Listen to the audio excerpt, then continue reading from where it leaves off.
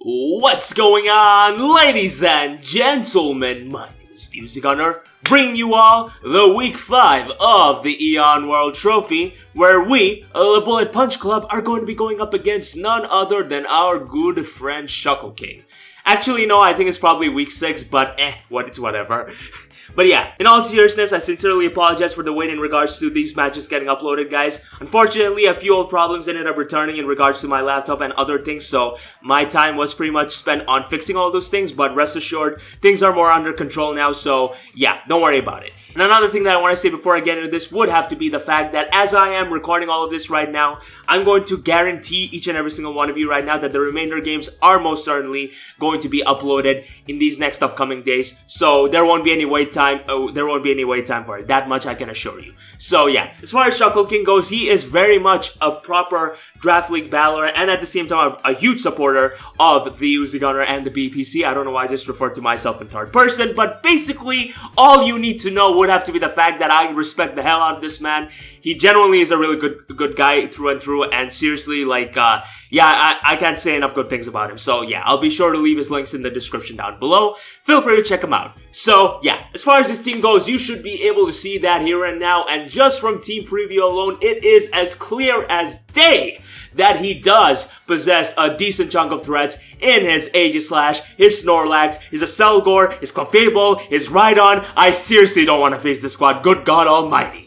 But yeah, with the squad that I got right now, which I was able to build courtesy of my good friend Matty Brolic, who pretty much just built this whole team for me because I didn't have much time, this is very much going to be a fun game through and through. So yeah, without further ado, let me show you guys what I got here and now. So first things first, we got our Blue Tista, which is our Focus Sash Colossal with Stealth Rock, Spikes, Burn Up, and Scald. Initially it had Explosion, but unfortunately after I saw his Rhydon, I was like, nah, I definitely need Scald more. So I pretty much just put that thing in. But yeah, this Pokemon is pretty much here to set up hazards on his face and pretty much just give him a hard time through and through. So yeah, that's pretty much all there is to it regarding this one. Next up, we got our Light Clay Kyurem with Freeze Dry, Light Screen, Reflect, and Roost, and honestly speaking, this Pokemon is actually pretty damn good against them, and which is really not necessarily much of a surprise considering how much of a hard hitter Kyurem happens to be. But basically, all you need to know regarding this Pokemon would have to be the fact that with it being able to set up Reflect and Spikes, after I'm able to take down his Aegislash, his Clefable, and as well as his Snorlax, I will be able to 1v1 the majority of his team, and they won't be able to do a damn thing about it. And Freeze Dry is pretty much here because it more or less pretty much hits his whole squad, especially Zora Wash and so on, so yeah. Next up, we got the phenomenal AJ Styles, the Lumberry Decidueye, with Spirit Shackle, Leaf Blade, Swords Dance, and Roost, and this is a very massive win con for me because realistically speaking, this thing actually puts in the heart against Shuckleking, because if you can decide one thing from looking at his whole squad at its entirety, it would have to be the fact that he has 0 switch-ins to this thing. So yeah, in that sense, Lumberry is pretty nice because it's gonna help me deal with his Rotom Wash much better and give me much more better chances to set up on his face. Swords Dance is here because yeah, obviously I like setup and all of those things. And Roost is there because it helps give me longevity, and when you combine that with the fact that Reflects and Screens will likely be up throughout the majority of this game, I for one think that I'm going to be perfectly fine. And this investment also ensures that I'm able to take a Shadow Sneak from his Aegislash even after Stealth Rock's damage. So that is definitely something I can take a good semblance of solace in. So yeah. Next up, we got our Black Sludge Skuntank with Dark Pulse, Sludge Bomb, Sucker Punch, and Nasty Plot. And this Pokemon was actually not here to begin with. Initially, I had Volibee, yeah. Initially, I had Volibee, but I ended up changing it for Skuntank because realistically speaking, I didn't like the prospect of being especially weak to ghost types as well as poison types in general. So yeah, this Pokemon is here to act as a defogger and all those things, and I very much don't regret taking this thing along the ride. But yeah, all things considered, this Pokemon is really nice because his only switch-in for this would have to be his Snorlax. And his Snorlax is a Pokemon that, as you can see throughout the majority of my squad, I can whittle down very, very easily. So in that sense, this set actually has 0 switch-ins, and truthfully speaking, with Spikes and Hazards up, I will most certainly be able to take this thing down when it's all said and done. So yeah. For the final two Pokemon, we got our Payapa Berry, Matt Riddle, the Pissimian, with Close Combat, Gong Shot, Knockoff, and Bulk Up, and this investment that you see before you pretty much ensures the fact that I'm going to be able to take a Life Orb Psychic from a Sigilyph even after Stealth Rock's damage, which is something that really speaks volumes about Pissimian's bulk, because, yeah, you cannot sleep on the Pissimian. It's a pretty self-explanatory set through and through. Initially, it had Drain Punch, but I ended up changing it for Close Combat because I actually want damage on him. So, yeah. For the final Pokemon, we got our Dustin, which is our Heavy-Duty Boots Steelix, with Earthquake, Heavy Slam, Body Press, and Roar. And this Pokemon is pretty much here to stop all these setup sweepers then and there. Like, Barbarical won't be sweeping me anytime soon. Snorlax won't be able to sweep me anytime soon. This is a very reliable Pokemon through and through. So, yeah, with Heavy Duty Boots and Sturdy, there's no move that he can use that can actually one-shot me. So, yeah, all things considered, I really like this squad. And, yeah, let's see how this team turns out. And yeah, with that being said, that's going to be all there is to it for this Team Builder section. Hope you all enjoyed, and with that being said, enough of me rambling on, let's move on into the game, shall we? Alright guys, we are back right now, ready for our match against our boy Shuckleking, and this is the 6 Pokemon he brought. Honestly, I didn't expect the Barbarical or the Rotom Wash on his behalf, because realistically speaking, while Barbarical can put in a lot of work, I would think that he had better options like a Sulgar or something along those lines, and Rotom Wash just outright gets destroyed by my Kyurem. But otherwise, you know, the matchup is like looking pretty decent for us.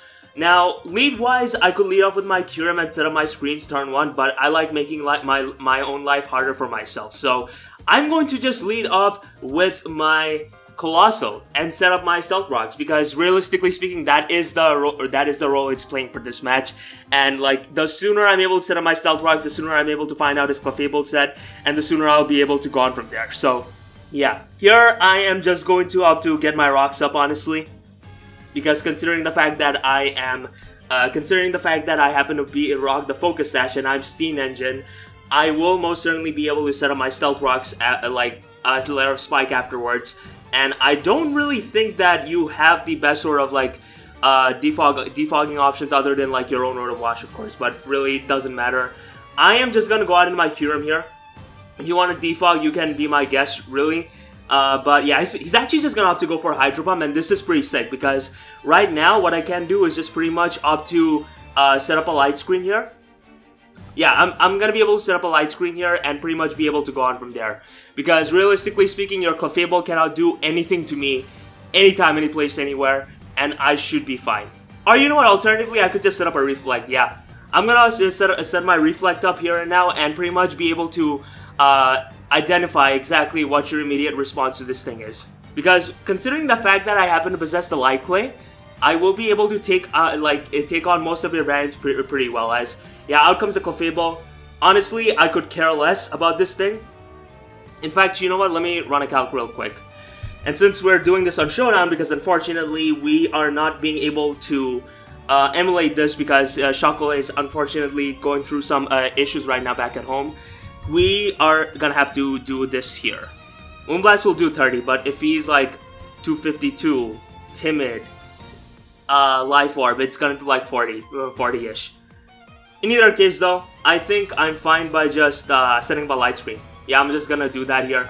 As he's gonna have to set up his Stealth Rocks, which is perfectly fine. Here, I think what I'm gonna do is pretty much just opt to go out into my Skunk Tank and just pretty much hit something in the face. I really want to do that, so you know what? That's exactly what I'm gonna do. With the screens up, you are definitely not gonna have a good time against me. That is for sure. So now what I'm gonna be able to do is just pretty much just set up a Nasty Plot here. I don't know exactly what your Clefable could do to me, realistically speaking. Like, you can't touch this set. Honestly, I just want to hit something in front of me, so I'm just gonna Dark Pulse here. And I have a 40% chance to flinch, which I'm not gonna get obviously because that'd be too easy. But yeah, I have Stench, for crying out loud. This gives me a 40% chance to flinch and I'm not gonna get it? Come on. Whatever, it's fine. It's annoying, but it's fine. Because, yeah, like, now with his Rhydon dying, I don't necessarily have to worry about, you know, like, facing the blunt of an Earthquake anytime soon. And assuming his Clefable isn't, you know, isn't Heavy Duty Boots unaware, I should be doing a lot of damage from here on onwards. So yeah. Out comes the Snorlax. This thing's a fat ass. But regardless, what I'm gonna do here is just pretty much go out into my... Honestly, I want to just go out in my Decidueye and set up right now. So that's exactly what I'm gonna do. Yeah, his Earthquake is gonna do absolutely piss poor damage. And now I'm gonna be able to set up a Swords Dance here, and I'm gonna be able to hit something in the face really, really hard. Yeah, I have long reach. I'm Lumberry, and for some reason my AJ Styles is female, but it doesn't matter, as he's just gonna opt to go for a Toxic. But unfortunately, since I happen to possess the Lumberry, that is not gonna work out for him. As, yeah, now I'm just gonna pretty much go for a very hard-hitting Leaf Blade. He doesn't really have a proper switch into this thing other than his Aegis Slash, but he's just gonna stay in and let his Snorlax take the blunt of that, which is honestly fine. But it really doesn't matter because now I'm gonna be able to like pretty much claim my next KO here. But yeah, overall, I'd say like we're playing this match decently well, I guess. I mean, we've already been able to take down 2 of his Pokemon, but the thing that like really is starting to unnerve me would have to be the likelihood of his Aegis Slash like giving me a hard time.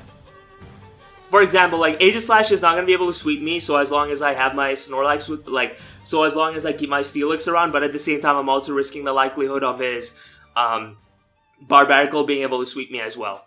But at the same time, like realistically speaking, his Aegis Slash should not be able to sweep me, if that makes any sense, because I have like I definitely have the Pokemon that I need to be able to take this thing down decently well. But yeah, he's gonna go out in his Clefable, makes sense. He has Stealth Rock, Toxic, Moonlight or something. In either case, I think, yeah, Blutista would likely be my best switch in at this point. Yeah. I wanna, like, make sure that whatever hazard you come in on is gonna be something that you are not gonna appreciate anytime soon. And if I'm able to, like, set up all these hazards to the point where your Barbarical is just gonna be, like a dead man walking, then that in itself is, to me, a massive blessing in disguise. So, yeah. I'm gonna set up one more layer of Spike, as he's just gonna opt to knock me out. Toxic is gonna kill me off. I'm surprised that he's running like Toxic on all of these Pokemon. But regardless, whatever. I'm gonna set up another layer of Light Screen, and I'm gonna set up Reflect too while I'm at it. And like in doing so, I'm gonna be able to put myself in a position where I will be able to like come out on the better end of this exchange. Which doesn't make any sense now that I think about it. Like, I'm trying to put myself in a spot where no matter what he does, he is not gonna win, you know? But to do that, I have to obviously make sure that Clefable of his goes down first and foremost. But yeah. With me doing this, I think I'm putting myself in a decent spot. I think I'm definitely putting myself in a decent spot because right now what I'm going to be able to do is just pretty much just click Sludge Bomb, yeah. It's gonna do like over half of this thing. That actually did way much more than I thought it would. Huh, very interesting. So he reveals to me that he wasn't even like heavy duty boots unaware the whole time. Which, you know what, makes sense. But in either case, I am just gonna click Sludge Bomb again. It's not gonna be able to knock him out unfortunately. But what this does do is pretty much put him in a position where he is gonna he's not gonna be able to come in on my face ever again. Ever. Never ever. Alright. So I think his Rotom Wash is Toxic, right? So with him having Toxic, he's likely to not have Wisp. And if he isn't likely to have Wisp, I should be able to win. Because right now the only wild card would have to be his Rotom Wash. And if I'm able to take that thing out, I should be able to win. Realistically speaking. Nah, why even think, am I right? There's no point in thinking. He's just gonna opt to knock me out with the Shadow Ball. Alright. Now here I'm just gonna pretty much...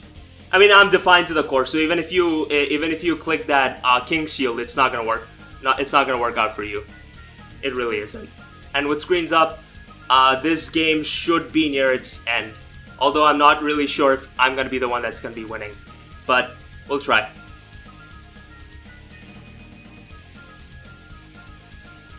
We'll definitely try. Alright, so Rowan Wash is gonna come out. Honestly, I'd rather just bulk up here.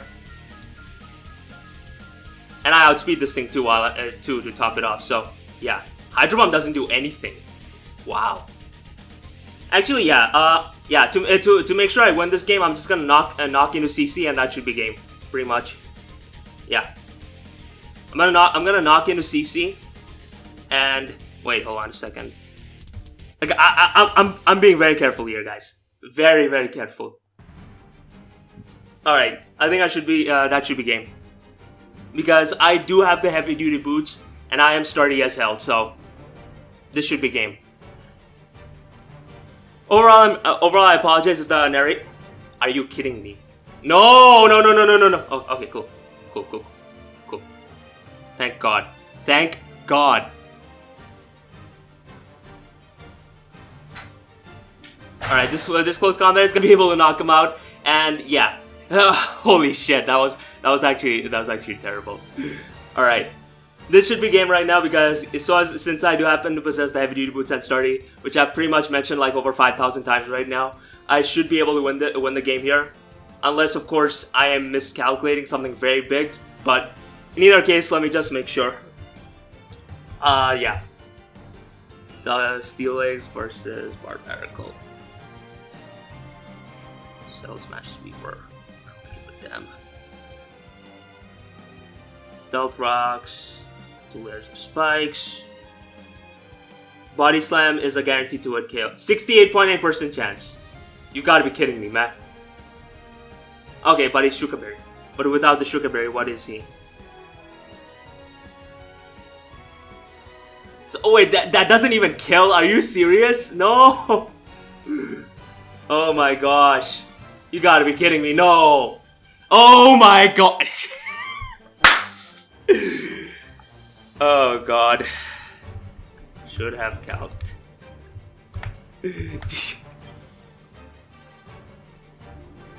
Oh well. Unfortunately, we're gonna end up losing 1-0 here, guys. I genuinely thought that Body Press would kill from here, but looks like the investment on Steel Legs, making it like mostly physical, is gonna end up costing us in the end. But it's whatever. Like if I don't make it to playoffs after playoffs for this season, I genuinely had a good run. But yeah. I hope you guys enjoyed this. We're obviously going to try to win the last game and see what happens from here. But yeah, my name is the Uzi Gunner. Thank you very much for watching. Have yourselves a glorious day. And I'll see you all on the flip side. Peace.